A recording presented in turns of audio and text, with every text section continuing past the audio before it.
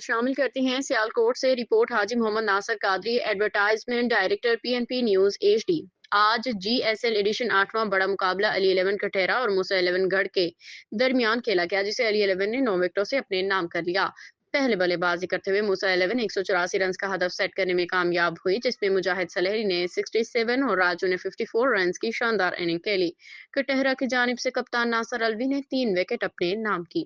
ہدف کے تعاقب میں علی 11 کی جانب سے راشد اور شکیل کی ذمہ دارانہ بلے بازی نے یہ بڑا ٹارگٹ چیز کر دیا۔ راشد نے 84 اوور، پومی نے 35 اور شکیل نے 30 رنز بنائے۔